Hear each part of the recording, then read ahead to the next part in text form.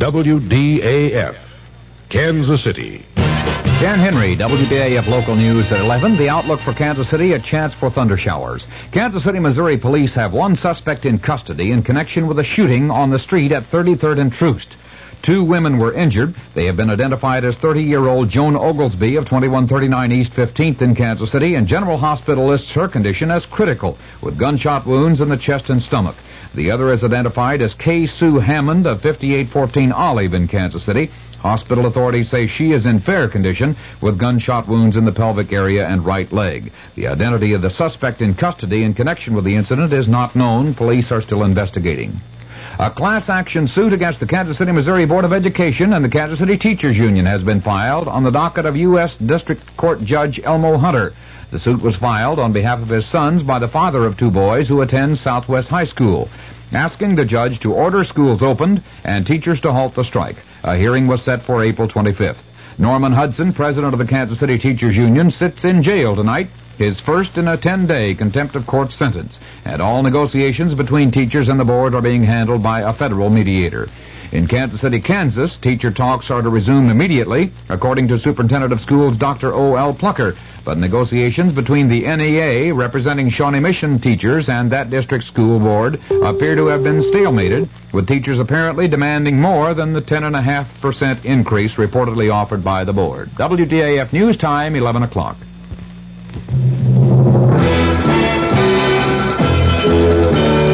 News of the hour on the hour from American Information Radio.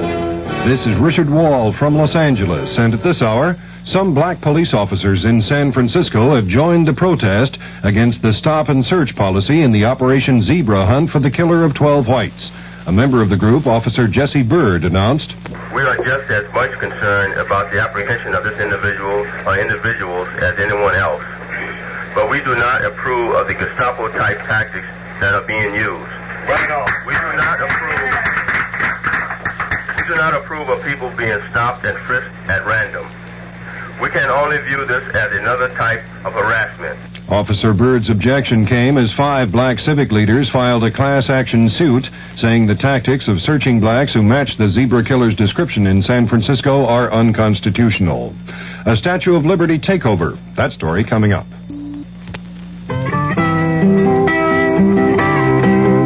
In the breath of a child lies the hope of our land.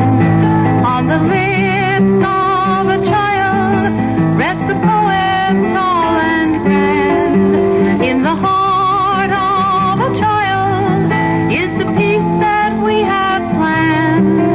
And the breath of our children is a gift from God to man. 6 million children in the United States who should be running, laughing, and playing are coughing, wheezing, and choking. 6 million boys and girls are suffering from serious lung-damaging diseases. The National Cystic Fibrosis Research Foundation needs your help to help them.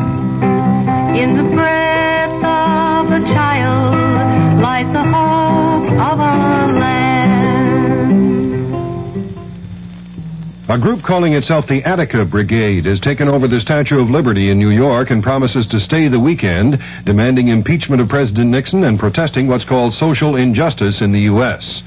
President Nixon is spending the night at Camp David in Maryland. Earlier, the president went for a dinner cruise aboard the yacht Sequoia on the Potomac and then stopped by the home of his daughter Julie Eisenhower in Bethesda, Maryland. Mark Felt, former associate director of the FBI, says the White House asked him to issue news releases on Watergate that he considered improper for the FBI to be involved in. Felt ran the FBI after J. Edgar Hoover's death.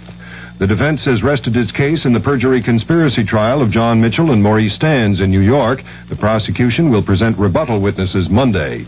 Israel and Syria disagree on losses in the first major air battles in the Mideast since the October War. But there's a warning about the consequences of the increasing escalation of the Golan Heights fighting. Correspondent Andrew Mizell's reports from Tel Aviv. Israeli Defense Minister Moshe Dayan warned today that if the Syrians continue escalating the battle around Mount Hermon, Henry Kissinger might arrive here in 10 days to find a full-scale war in progress. Dayan issued the warning in a television interview which I watched here in Tel Aviv. It came on the eve of the heaviest day of fighting yet a day in which Israel reported its first battle losses in the air, 2 warplanes shot down by ground fire. Dayan said that if Syria continued trying to capture territory, Israel would feel free to do the same. Andrew Mizels, ABC News, Tel Aviv. Japan has signed an agreement with China for mutual airline service. The nationalist Chinese on Taiwan have threatened to end their aviation agreement with Japan because of the arrangement between Tokyo and Peking. Government economist Gary Seaver says inflation will remain a serious problem in the U.S. Seaver's remark followed release of figures showing the cost of living rose 1.1% in March, raising the 12-month increase in consumer prices to 10.2%. The Chicago Tribune has an announcement of interest to nostalgia buffs. The Tribune says it will bring back the original Orphan Annie cartoon strip starting Monday. The first episode will show Annie and her dog Sandy in 1936. This is Information Radio News. From the Kurt Mears Sports Desk, the Kansas City Royals play the Chicago White Sox 2 more games in this series, tomorrow and Sunday, then move to Boston. A temporary restraining order has been issued against the Cincinnati Bengals linebacker Bill Berkey and the World Football League that keeps all WFL owners from negotiating with any member of the Cincinnati squad. Peter Oosterhouse holds the lead in the Monsanto Open Golf Tournament with a 36-hole total of 133, and the KU relays will be wrapped up tomorrow. Kansas City's forecast partly cloudy and mild with a chance for showers or thunder showers through tomorrow. After an overnight low around 60, the high tomorrow will be in the upper 70s. Dan Henry, WDAF News. The CBS Radio Mystery Theater presents...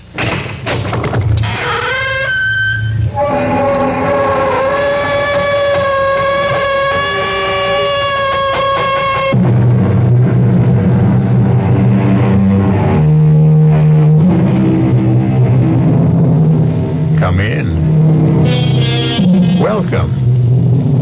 I'm E.G. Marshall. Welcome to the fear you can hear. Welcome to the world of your own terrifying imagination. The art of the double cross, unfortunately, has become part of the fabric of our lives. In espionage, however, it is almost a lifestyle. In the world of spies, for the left hand ever to know what the right is doing is unthinkable. For the next hour, imagine that you are Larry Fielding, a 32-year-old newspaper man caught in a dizzying web of circumstances seemingly beyond his control. Larry, please change your mind and come with me. Not until you tell me who you are and why you sneaked into my hotel room. You're a fool, Larry. You must know that the police are looking for you and they'll be here any minute. Oh, well, you're here now, and I still want to know who you are. If that's so important, my name is Carol Johnson. And when I tell you I know all about the murder of Dave Wilson, maybe you'll believe that I'm here to help you.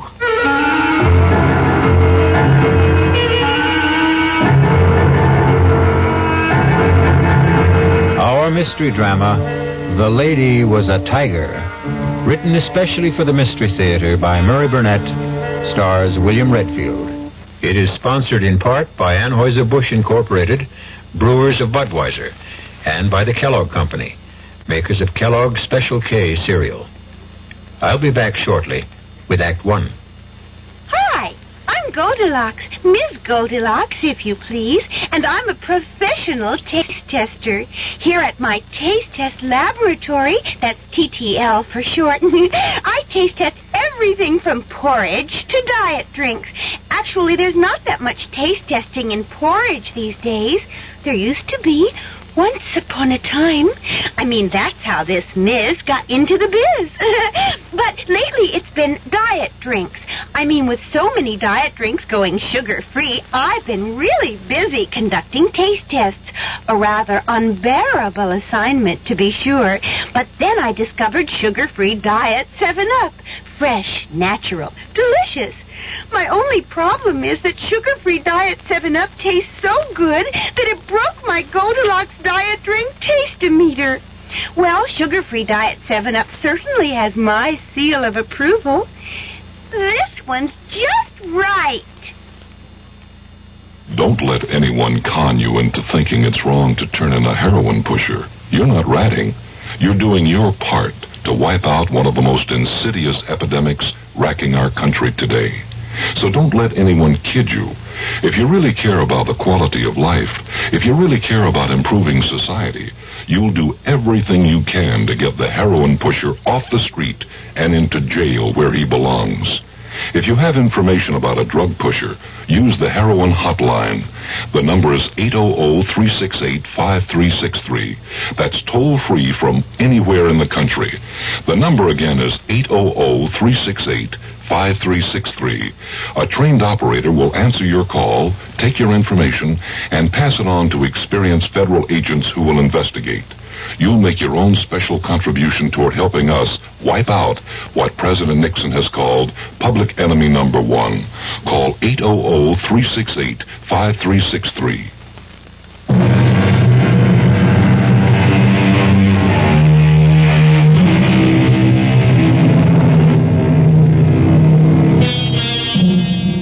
Walking is great exercise, and with good weather can also be great fun. But not when you've just been fired by the editor of the newspaper for which you've worked happily for 5 years. Larry Fielding has been walking aimlessly for 2 hours, trying to figure out why Horace Finley, the editor and his boss, had refused to give him any reason for his dismissal. Tormented by his frustrating thoughts and tired, Larry sits down on a park bench to think. He is so deep in thought, he is unaware of 3 men who suddenly surround him. Larry has only to look at them to know that he is in trouble. He tries to get up, but is pushed back down, and the men start to beat him up. No, take my money and leave me alone, will you? Look, if you want money, I told you can have it. Help! Help! Calling for help when you're being mugged in a big city park is sometimes as helpful as trying to catch hold of a windowsill in a 30-story fall. But this time, there was a miracle. A stranger has seen the attack and rushes to help. Hey, in there, man! Here comes... That's a nice go you have there, fella. You need a lesson in kicking. That took care of them. They're gone. Oh, thanks. Let me help you up. Thanks, mister. Thanks a lot. I tell you, I was in real trouble. My pleasure. Did they get your wallet? No. I got a lot of bruises, but they didn't get a thing.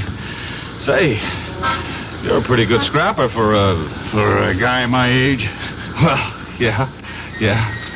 Hey, what are you, a karate expert? Oh, just keep myself in shape. You sure do. Listen, can I do something for you to show you I really meant thanks? You certainly can. How about coffee? Oh, sure, but that's nothing. What I meant was... I know what you meant. My name's Dave Wilson. Oh, good. I'm Larry Fielding. Oh, come on, Larry. Let's have a cup of coffee.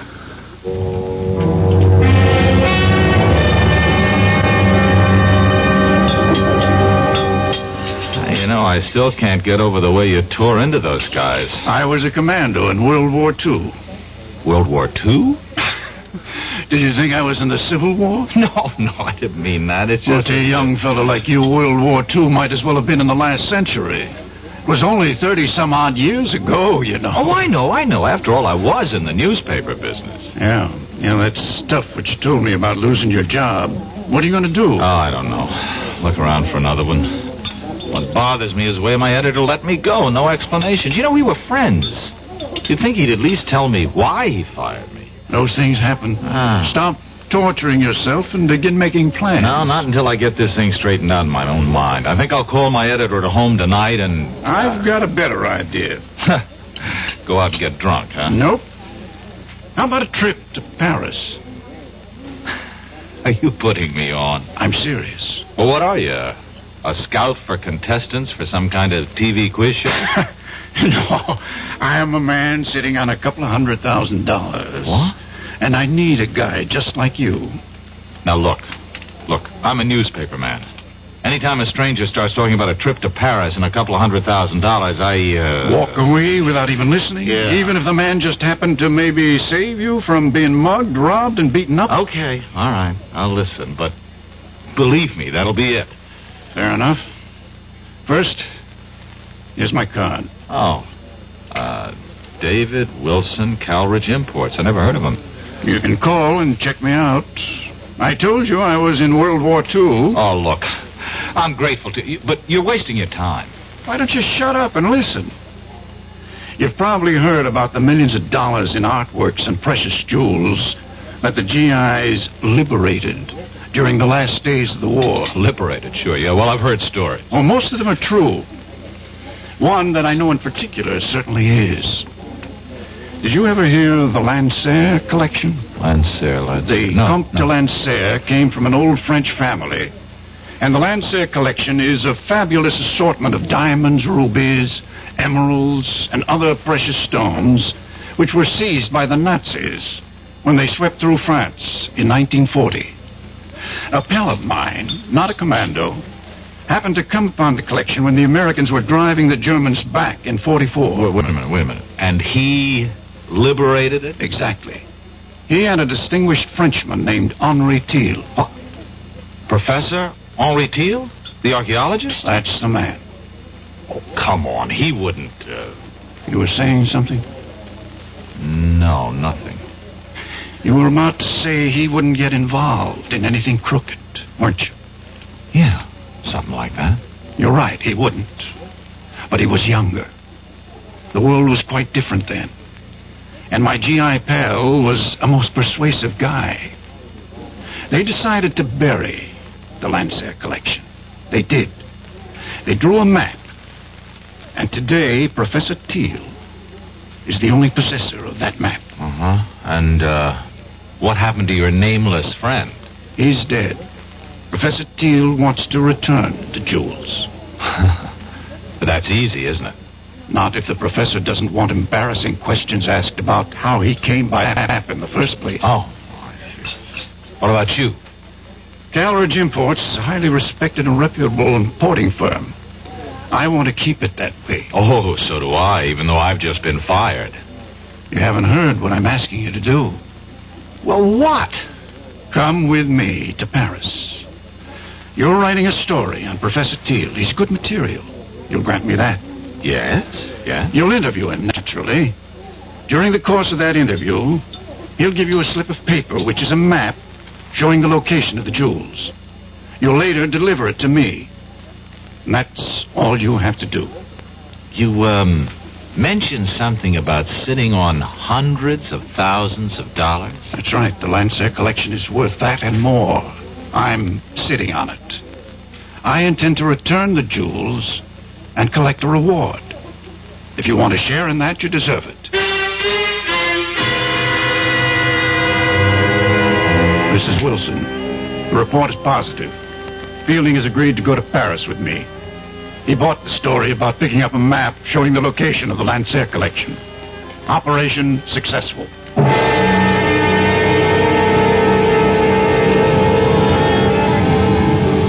You'd better be on your way, Larry. You're due at Professor Thiel's in 10 minutes. I suppose it's too late to back out, huh? You can always back out, Larry, but I don't think you will. There's really nothing to it. Make it look like a normal interview. Take notes. The professor will give you the map. Slip it in with your notes. Bring it back to me here. I'll be waiting. Okay. Larry. Yes? Relax. Oh, sure thing. I'll see you.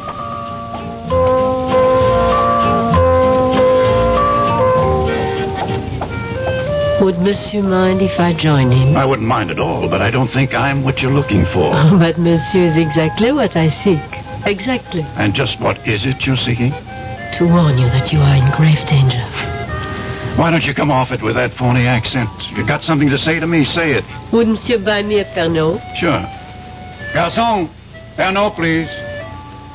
Monsieur, it is very difficult for me. I do play a role, as you have guessed. And I am not here by chance. You must leave, and quickly. Your Pernod, monsieur. Not for me, it's for the lady. And for you, I have a knife. Go, mademoiselle, go. But he's going to die. Do as I say. There'll be no problem. Simply put his head down gently on the table. So. And people will see another drunken tourist.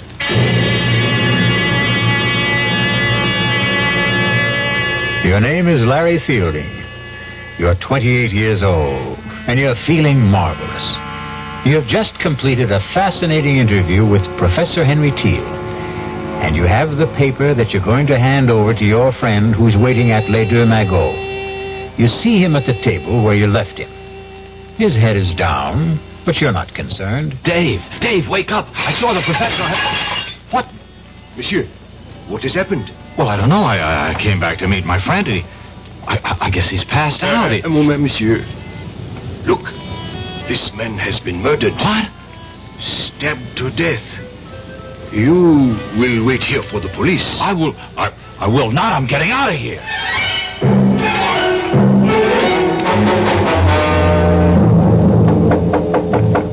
Who's there? It is I. Open up. What's the matter? What happened? The other American. The young one. He got away. You let him go? He panicked. Ran. Now what? He'll probably go back to his room at the Dauphine. You will check. But aren't the police looking for him? I hope so. I gave them a complete description. And what do I say to them if they find me in his room? Calm, a beautiful young lady like yourself. Get to him and find out where the paper is.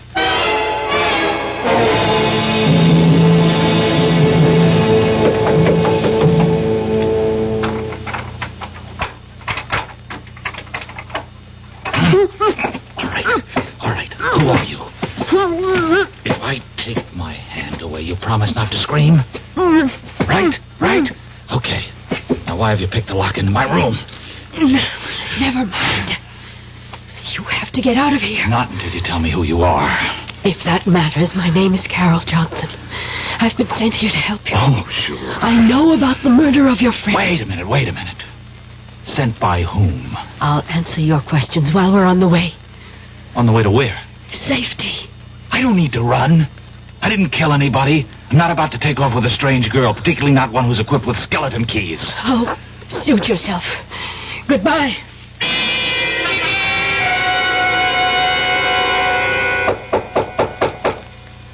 Come in. Monsieur de Ransfielding. Yes? Inspector Victor Roux, Sûreté. Oh. You will please come with me. What for? Suspicion of murder of another American? Monsieur David Wilson. Inspector, listen. Why would I kill Dave? I've already told you I had an appointment to meet Dave at the cafe. He was waiting for me. Would I have walked up to a man I just killed and shake him so that he'd fall down and make a big scene? That is your explanation. There is nothing to support it. Well, there's nothing against it either. There is the word of Louis Goret. Who's he? The waiter who attended the table at which Monsieur Wilson and you sat. The only reason that you are not, as of this moment, charged with murder is because you did return. That much the waiter's testimony supports. Only he says that Monsieur Wilson might very well have been dead shortly after you returned, and that you had time to kill him. That's a lie. So you say. Oh, just check with Professor Teal. He'll tell you what time I arrived, what time I left. We have been trying, and there has been no answer. We may have him on the telephone now. Hello? Eh? So? Voilà bien. Merci. All right, well, what'd he say? That was not Professor Teal. That was his apartment. And his servant. His servant? There was nobody there when I saw him. Don't you mean if you saw him, monsieur? Oh. According to the servant, Professor Teal left for an extended holiday early this morning, and it is not known when he is expected back.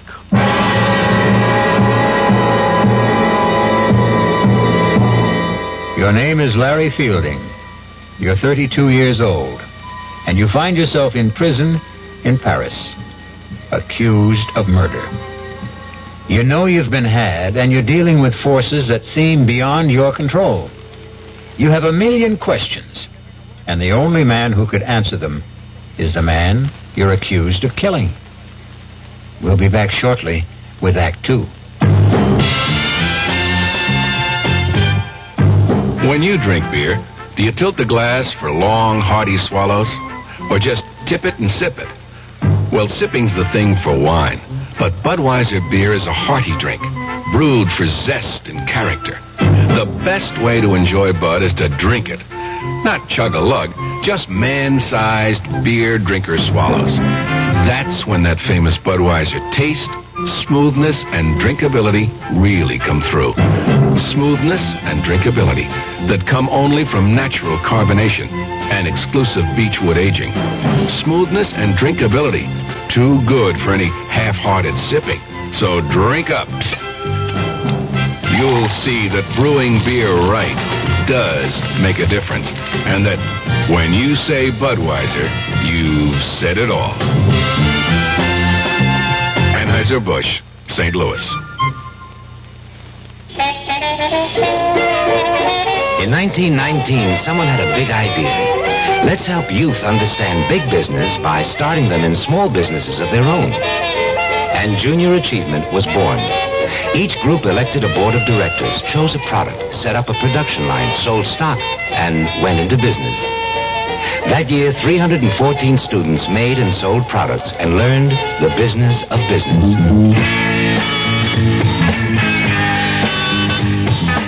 Today, Junior Achievement has grown to nearly 200,000 members. Junior Achievers are designing and marketing their own products and services, from cutting boards to printing. They're organizing sales efforts, writing marketing plans, calculating profit and loss. Running these small businesses helps Junior Achievers understand how big business works. Support Junior Achievement, where youth learns the business of business. Call your local Junior Achievement office.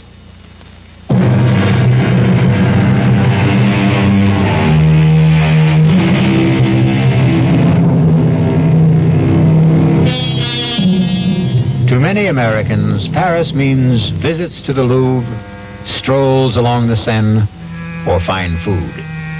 But to Larry Fielding, it means the inside of a prison cell, where he sits accused of a murder he didn't commit.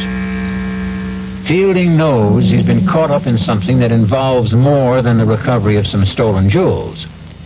However, what he doesn't realize is that he's the key pawn in a deadly game, and the players are about to make some moves. Come. I don't think it's smart to have me come here so often. I would not have sent for you if it were not necessary. Do you still believe that Fielding knows nothing about the operation? I do. Then where's the document? Well, we don't know he ever had it, do we? We know he visited Thiel. We know that Wilson waited for him at Les Dumagots. We know he came back there. I think it is safe to assume that he was carrying the plans. And he didn't have it on him when he was arrested. Roger arranged to be there when Fielding was brought in and searched. He says there was nothing on him. But he wasn't picked up right away. Exactly. He eventually went back to his hotel room, as you know. I believe he has the paper and that he has somehow managed to hide it.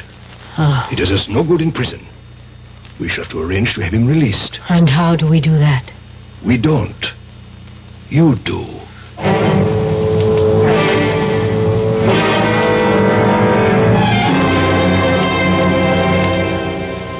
Sit down, mademoiselle. Your passport says Carol Johnson. That's right, Inspector. And I am told you are in my office because of the unfortunate incident in the Café Les Dumagots. Yes, Inspector. I just had to come here to tell you you have the wrong man. Ah? And how do you know that? I'm studying at the Sorbonne. I visit Les Dumagots all the time. I was sitting right there when that man was murdered. Formidable. You saw a man murdered and you did nothing. Oh, at the time I didn't know it was a murder. I just thought the man had too much to drink or was ill. But the reason I know that you've arrested the wrong man is that the murdered man was dead before this young American Fields Fielding. Yes, well, the man was dead before Fielding ever got to the table. Fielding came and shook him, and that was when it was discovered that he was dead. I'm prepared to swear to that, Inspector. Of course you are prepared to swear to this story that you have just told me. Why not? It's the truth. Of course, mademoiselle. Why would a beautiful young lady like yourself lie to an inspector of the Sûreté? I'm not sure that I like the way you say that, Inspector. But everything will be all right if you release young Fielding. You have told me you will swear to this statement of yours in court. Therefore, I have very little choice. Ah, good. But, mademoiselle, I have been a police officer for 20 years. Long enough to know that witnesses who appear late with an alibi for an accused murderer often have reason. Oh, that's ridiculous. And I also wish to warn you, mademoiselle, that the Sûreté considers this a very much open case. That is the business of the Sûreté. Au revoir, Inspector.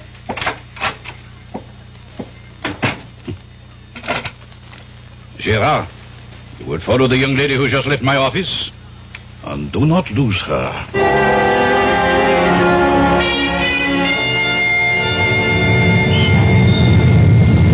Hello there. Oh, it's you.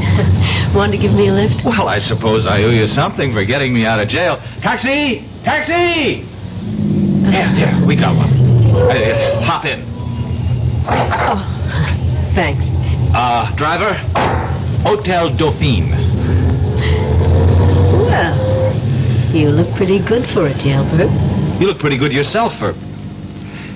Come to think of it, what are you? An American girl in Paris trying to make a living. What are you? An American in Paris in need of a bath, a drink, and some food. You know, you're not bad looking. Oh, thanks. While we seem to be exchanging compliments, can I say you're about the best-looking girl I've seen since I've been here? Thank you. Now that we like each other so much, don't you think it's time we started telling each other the truth? Yes, I'll buy that.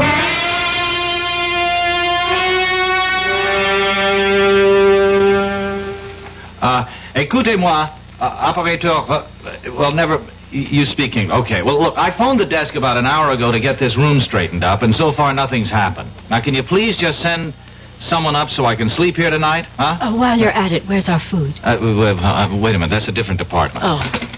I'll have to call room service again. Oh, maybe you won't have to bother. Entree. Your dinner, monsieur. Madame? Merci. Monsieur would like me to serve. No, thanks. No, I think I can handle it myself. As monsieur wishes. Wait a minute. Don't I know you? I think not, monsieur. Now, I've seen you before. I'm sure I've seen you. Paris is a large city, monsieur. One passes people on the streets and... The streets, that's it. You're the same guy who was at the Café Les Deux Magots. Monsieur is mistaken. What? Hey, wait a minute. Come back here. I want to talk to you. Oh, now don't go chasing him down the hall. Why not? Listen, Carol, I'm positive he's the same waiter... He'll just deny it and you can't prove it. But... Even if you could. What do you think it means? Well, it means... Well, I don't know. But if I get him to talk, maybe I'd find out something. I thought you were going to clue me in. Oh, yeah. Listen, have you ever heard of the Lancer collection? Of course. It's in the Louvre. Oh. The family of Comte de Lancer gave it to the museum after it was recovered when the Nazis fled Paris. What? Well, why does that shake you up so much? Because it can't be true. Come with me to the Louvre and I'll show it to you. Well, that changes everything. Come on. Where are we going? To the American consul.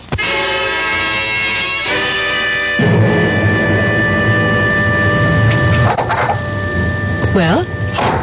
Unbelievable. What? Simply unbelievable.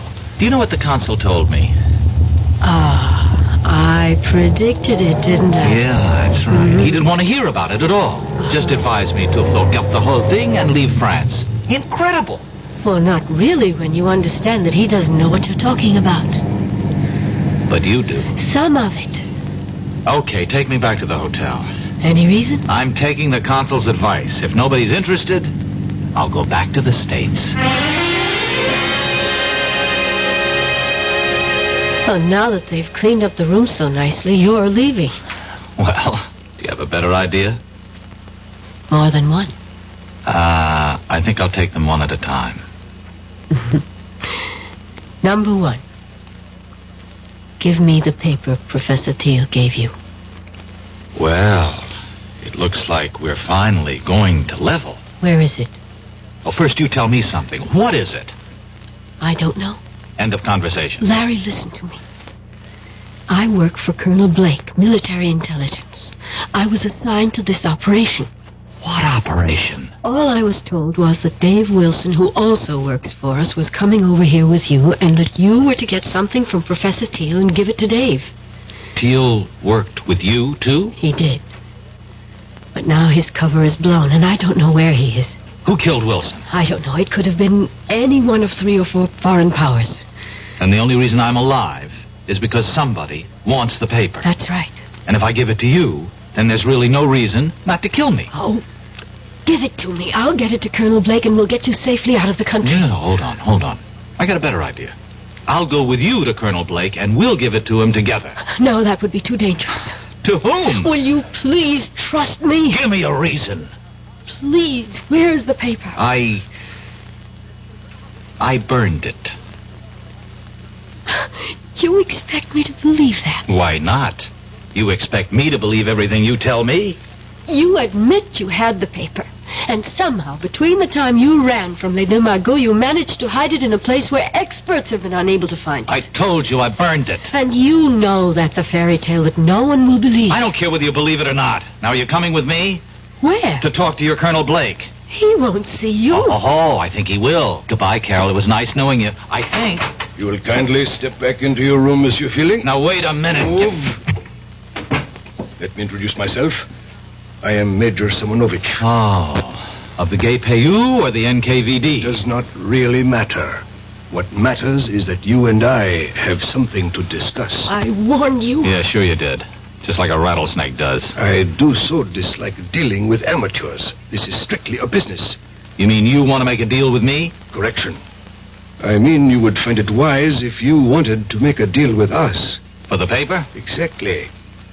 Where is it? No, not so fast. Not so fast. You spoke about a deal? You give us the paper, we give you your life. You must really believe I'm an idiot. You people murdered Wilson. That paper is the only thing that's keeping me alive. I have my word. No deal. Do you really believe you have a choice? Carol, call Rodjansky. Make the usual arrangements. We will wait here. Donnez-moi 80-36, s'il vous plaît. C'est ça. Merci. Carol. Yes. Tell me something. Will I like Rodzansky?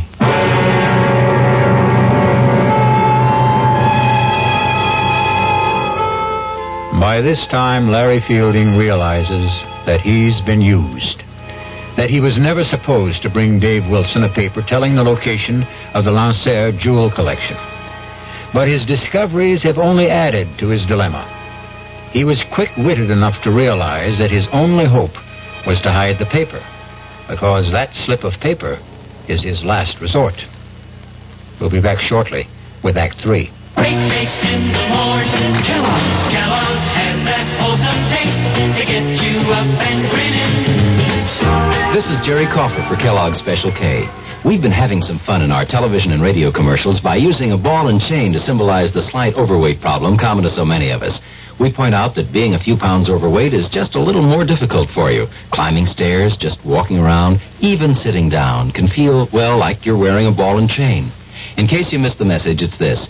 If you really want to get rid of that extra weight, you really have to work at it by exercising and with sensible meals like the Special K breakfast.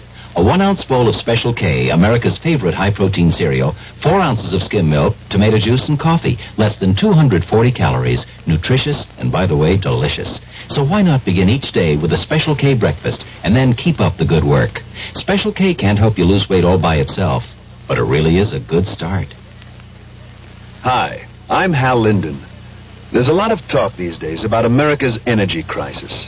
Talk about doing without heat, about doing without our cars, about what's going to happen if we run out of fuel. Well, we may not have to run out of fuel if we all work together to conserve the fuel we have. That means turning your thermostats down to 68 degrees during the day and turning them down to 60 at night.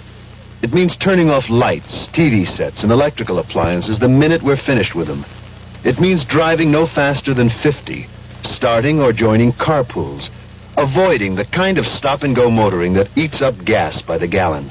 In short, it means saving every ounce of energy we can, every chance we get.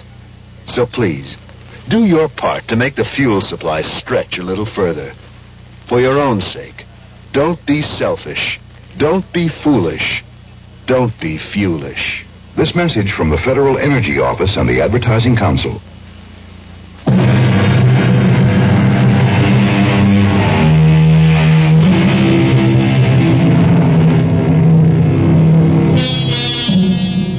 Newspaperman Larry Fielding sits waiting in his Paris hotel room, closely guarded by 3 members of the Russian secret police and the beautiful American girl, Carol Johnson.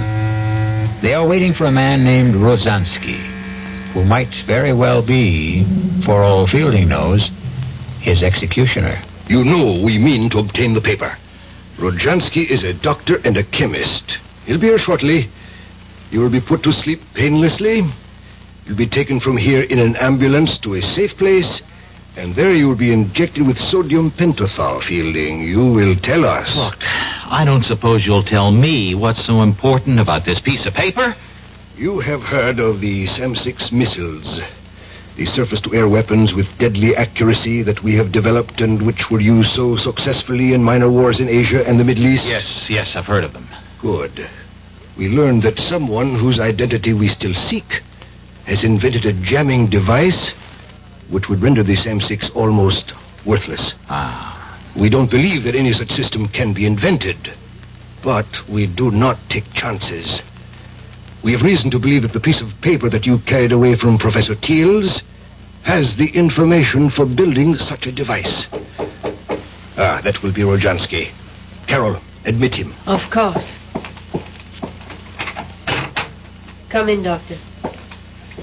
This is the patient. Now, look, I really don't think this is necessary. It will be easier if you don't fuss, young man. I don't intend to make... Hold him. Now, his arm. Hold it still. Good. You brought a stretcher? Of course. There. You'll be under in a moment, so we can leave.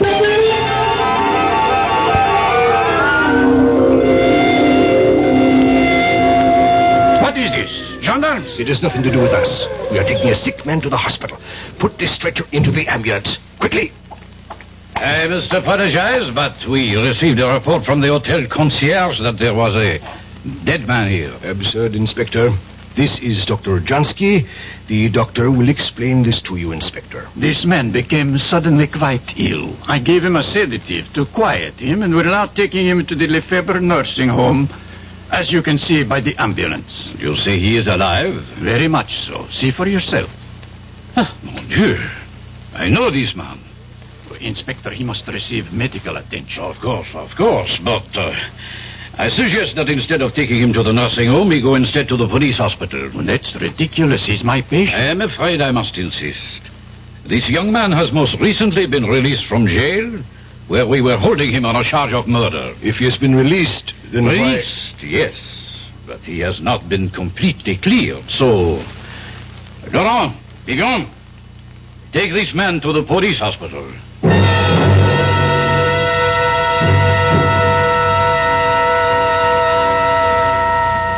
Did you get a report? Yes. And? He'll be conscious in an hour. And he will talk. I'm sure of that. He will scream to see Colonel Blake, and then your cover is blown, and the whole operation goes fooey. What do we do? Silence him.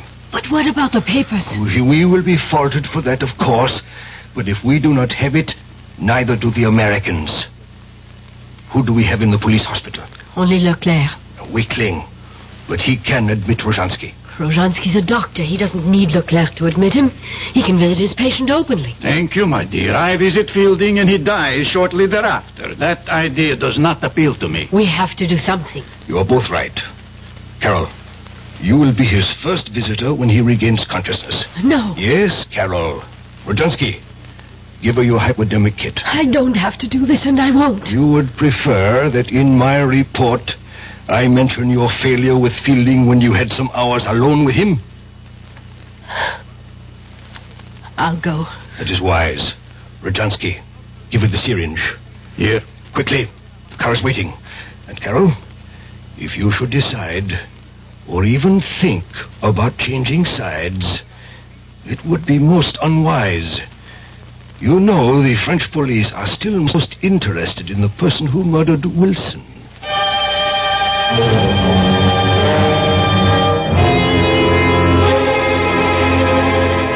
You awake now, Larry? Oh, no. Wake up and listen to me, Larry. What? You've got to listen. Try to understand me. Wait a minute. What kind of a place is this? You're safe. It's a police hospital. All right, but how did you get in here? Where's Rodzansky? Look, I can understand how you feel and why you don't trust me, but the truth really is that I am a double agent. Oh. Do you understand what a double agent is? As near as I can figure out, a double agent is somebody working for two different sides. Yes. And neither side trusts them. Oh. You know, that fits you to a T. You might just be telling the truth. I am. I really work for Colonel Blake, as I told you. The Russians know it. They think I've infiltrated the U.S. military intelligence. But in fact... Yes, I know. You've really done just the opposite. Yes. Worked your way into the Russian apparatus. Exactly. Oh, Larry, how can I make you believe me? You can't. Listen, you were deliberately recruited. The reason you lost your job was because we got in touch with your boss. He agreed to go along. The men who jumped you were part of the setup so that Wilson could save you. Hey, now, wait a minute. But that doesn't prove a thing. You could have learned all that working for Blake and still be with the other side and... Oh... And wait, now, speaking of Wilson, how about getting him killed? I tried to warn him, but there wasn't enough time. It was either go along with that or blow my cover and endanger the whole operation. And when I wanted to give the plans to Blake, you objected. Same problem if I went with you to Blake or you went to him after we had talked. My cover was blown. All right. Now, and suppose I had given you the plans. How would that have changed the situation? We would have had a phony copy that I would have delivered to Igor and everything would have been fine. And there's still time for me to do that. If you will just believe me and tell me where the plans are. I'd like to believe you. I really would. Please. Where are they, Larry? Get me to Blake. It's too dangerous. Look, you see this? Yeah, it's a hypodermic. It's death. Igor sent me here with this to kill you. Now, do you believe me? Wait a minute. If you don't kill me, and I guess you don't intend to, what will Igor and his friends think? Isn't your cover blown then anyway? Could be, but if I come back with the plans and say that I got them out of you without having to kill you, there's a chance they'll believe me. Well? I'm thinking. Who are you? One of the hospital guards, monsieur. Oh. Mademoiselle, you have been here some time. How is the patient? Guard.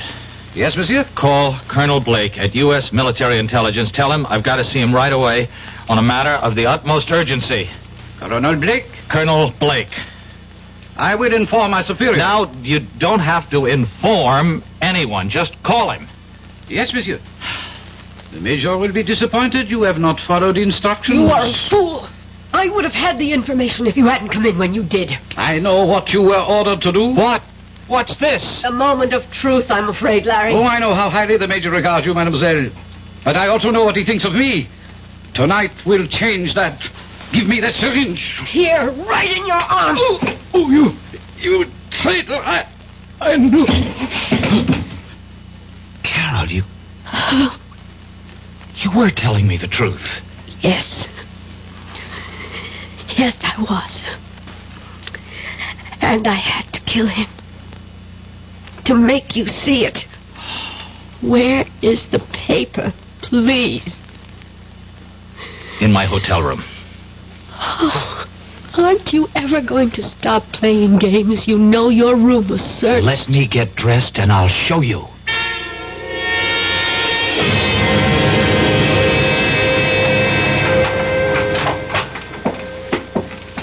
If it's not here, there's going to be the devil to pay. Don't worry, it's here. Now I'm the one who has to be shown. Trained operatives from 2 special branches went over this room with everything except Geiger counters. Okay. Where are we going? The bathroom. That was searched, too. Oh, I don't doubt it. Oh, we went through that cabinet. Did you now? What do you see?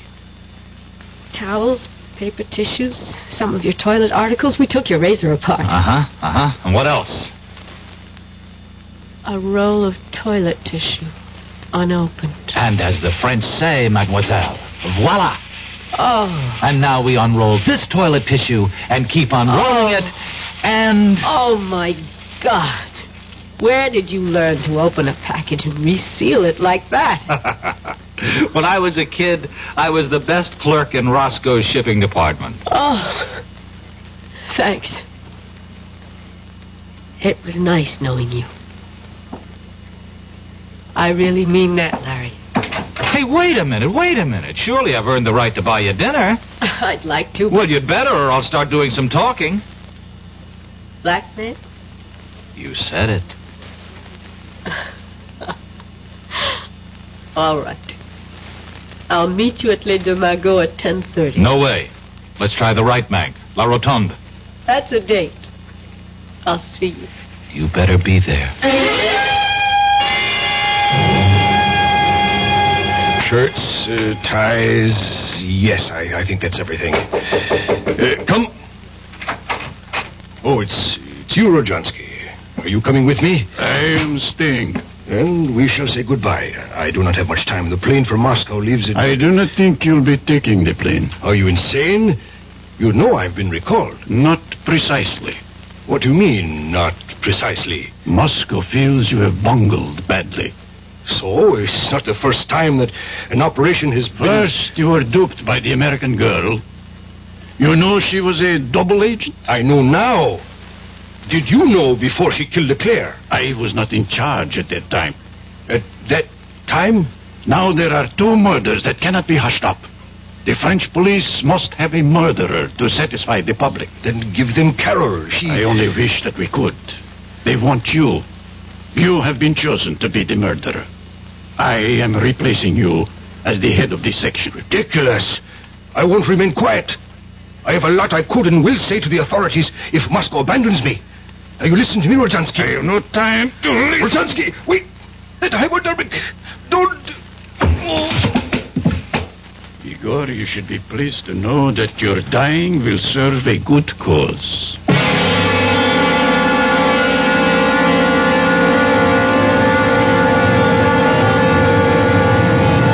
I'm sorry I'm late, but But? there were loose ends that had to be cleared up. Well, I thought maybe you decided against coming. Oh. After all, your job here is finished. Well, yes. Sit down. Now that the Russians know you, there's nothing for you to do. It would be suicide to try to, huh? Oh, well, there are other things for me. Sure. Like getting married to a lovesick newspaper man, settling down, raising a family.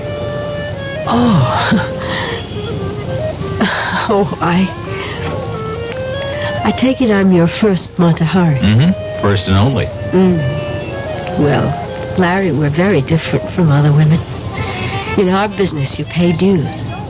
And they're heavy payments. I don't get it. I'm talking about sitting at another cafe on the left bank. Sitting and knowing that an agent named Wilson was going to be killed. Clumsily trying to warn him, and finally deciding that his death was the way it had to be. Larry, that's a big payment. But you can forget about it now. It wasn't your fault. No, forget about that and forget about Leclerc. Well, you had to... You see, It's even hard for you to say. I had to kill him.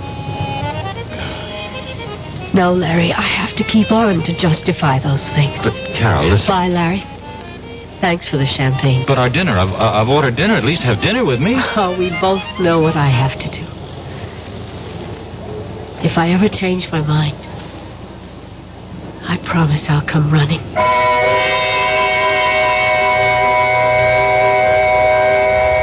Larry Fielding sat in La Rotonde and watched her walk away. He knew she was walking out of his life. For a moment, he toyed with the idea of running after her and joining her world of spies. He flirted with the idea that he might even be some sort of an American James Bond. But then, the waiter brought the dinner. And to his surprise, he was hungry. And that realization made him wonder about whether or not he was truly in love. I'll be back shortly. Who knows how to help you solve your shopping problems? Your Better Business Bureau knows. I saw this perfectly darling mirror in the showroom, so I bought it. But when the truck came, they delivered this thing I never saw before. Now what am I going to do? Tell you what to do, madam. But who are you? I'm the man from the Better Business Bureau. Now, the first thing to do is to call the store manager and tell him what happened. But in the future, when your merchandise is delivered, you should examine the item before the delivery truck leaves. And if it's to be delivered from a warehouse, have a clear understanding with the dealer that unless it is the same as the sample shown to you, you will not accept it or pay for it. Oh, thank you. Just part of my job, madam, to help people with their shopping problems.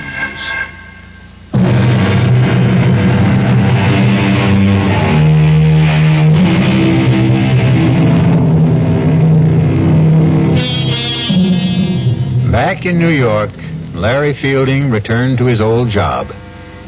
An old friend and boss, Horace Finley, who was curious about what had happened in Paris.